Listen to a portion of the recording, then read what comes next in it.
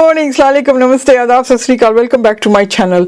आज का वीडियो मुझे नहीं बनाना था, लेकिन किसी ने मुझे मजबूर कर दिया और वो मजबूरी मैं आपको अपने इस वीडियो के एंड में बताऊंगी। इस वीडियो को पूरा ज़रूर देखिएगा।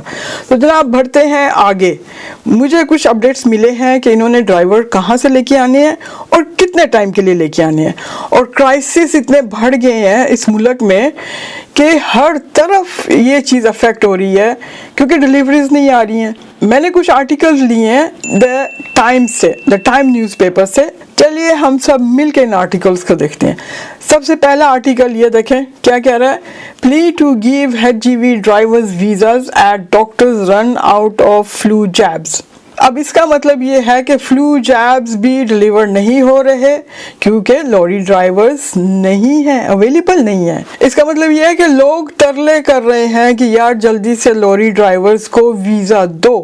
क्यों कि अब तो फ्लू जैब्स भी डिलीवर नहीं हो रहे हॉस्पिटल्स में या सर्जरी में या जहाँ भी उन्हें रिक्वायरमेंट है वहाँ पे भी इफेक्ट हो गया है। Let's jump to the next article. Second article ये कह रहा है most Brexit immigration rules could be eased for lorry drivers. मतलब ये कि इन्होंने जो Brexit में अभी rules लगाए हैं कि अगर किसी ने वापस आना है इस कंट्री में तो restrictions बहुत सारी लगा दी हैं। उसमें मैं इन डिटेल्स में नहीं जाना चाह रही हूँ। उसमें ये कुछ कमी कर देंगे, मतलब उसको थोड़ा सा आसान बना देंगे ताकि ड्राइवर्स आसानी से जल्दी से वापस आ सकें।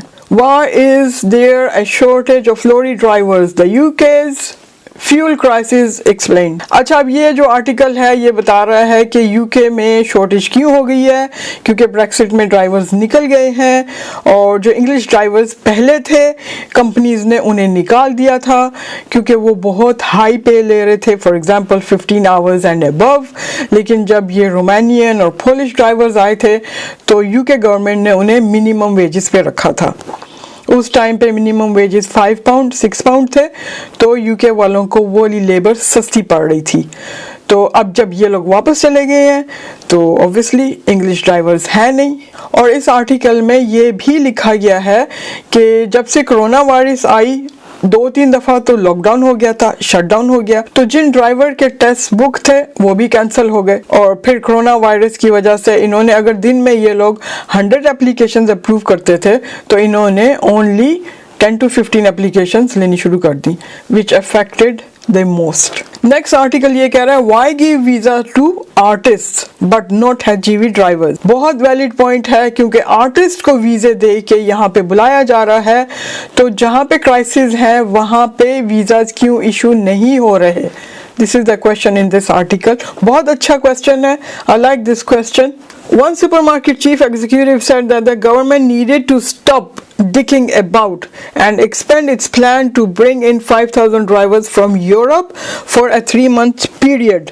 अब ये सुपरमार्केट के चीफ एग्जीक्यूटिव कह रहे हैं कि भाई जल्दी से ड्राइवर्स को लेके आओ 5,000, जल्दी से उनके लिए वीज़ा टेम्परेरी इशू कर दो ताकि हम लाइफ को बैक टू रूटीन चला सकें।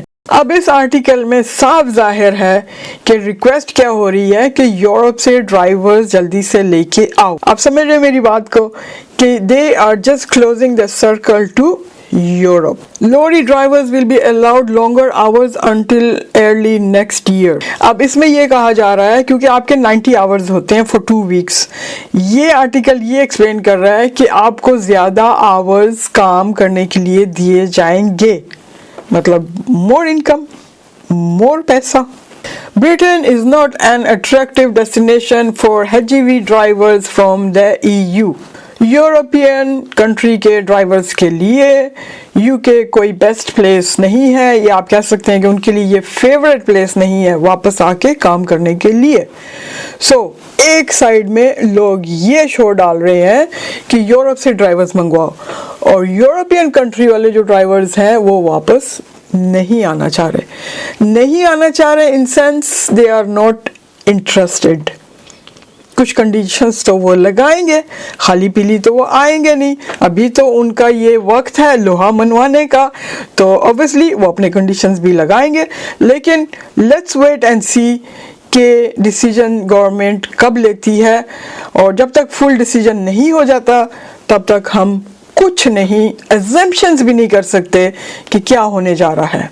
अब मुझे ये नहीं समझ आ रही कि ये जो भी कोई फैसला कर रहा है कि 3 मंथ्स के लिए टेम्परेरी वीज़ा इशू करना है, 3 मंथ्स में कौन आएगा यार? अपने घर को छोड़ के, बच्चों को छोड़ के, फैमिली को छोड़ के, अपनी जॉब को छोड़ के 3 मंथ्स के लिए यहाँ पे कौन आएगा कमाने के लिए? मतलब क्या आप लोग एहसान कर रहे हो हैं ड्राइवर्स के ऊपर? एहसान करने वाली बात हो गई ना।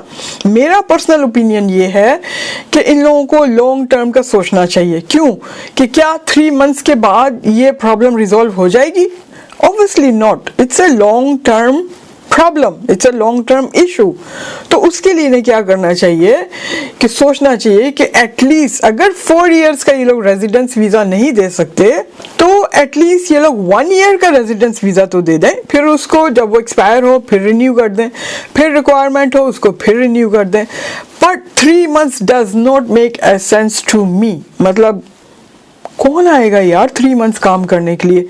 जो भी कोई प्लानिंग कर रहा है इस चीज़ के लिए, I don't agree with that person. This is my personal opinion.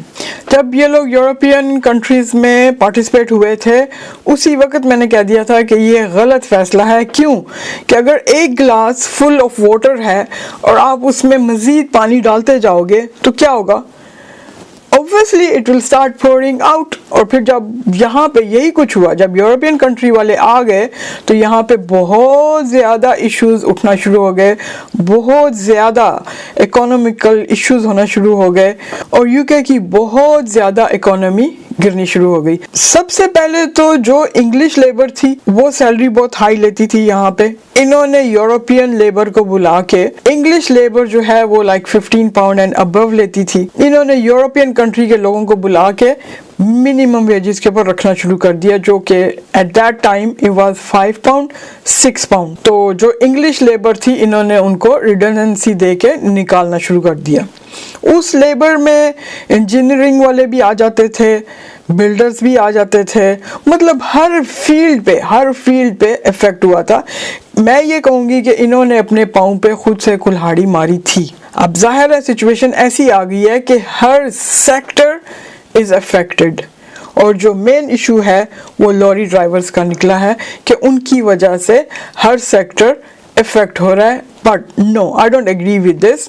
ये गवर्नमेंट के बहुत सारे फैसले हैं जो उन्होंने शुरू में गलत लिए थे और अब इन्हें हर चीज़ को सुधारने में टाइम लग रहा है। तो जनाब फैसला ये हुआ कि वो लोग 3 मंथ्स का वीज़ा देने का सोच रहे हैं which will be only temporary, और बहुत गलत फैसला है ये। I don't agree with it. Hopefully कि ये लोग अपना माइंड चेंज कर लेंगे, होपफुली। तो अब आ जाते हैं जी कि मुझे मजबूर किसने किया आज का वीडियो बनाने के लिए।